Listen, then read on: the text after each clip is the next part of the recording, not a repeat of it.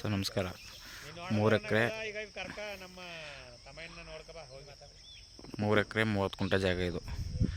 3 ಎಕರೆ 30 ಕುಂಟೆ. ಮೈಸೂರಿಂದ 70 ಕಿಲೋಮೀಟ್ರು, ಬೆಂಗಳೂರಿಂದ 205 ಕಿಲೋಮೀಟ್ರು, ಗುಂಡ್ಲುಪೇಟೆ ಒಂದು 16 ಕಿಲೋಮೀಟ್ರು, ತಿರಕನಾಮಿ ಒಂದು 7 ಕಿಲೋಮೀಟ್ರು. ಜಾಗ ಮಾತ್ರ ಚೆನ್ನಾಗಿದೆ, ಫಸ್ಟ್ ಕ್ಲಾಸ್ ಆಗಿದೆ ಜಾಗ, ಒಳ್ಳೆ ಜಾಗ.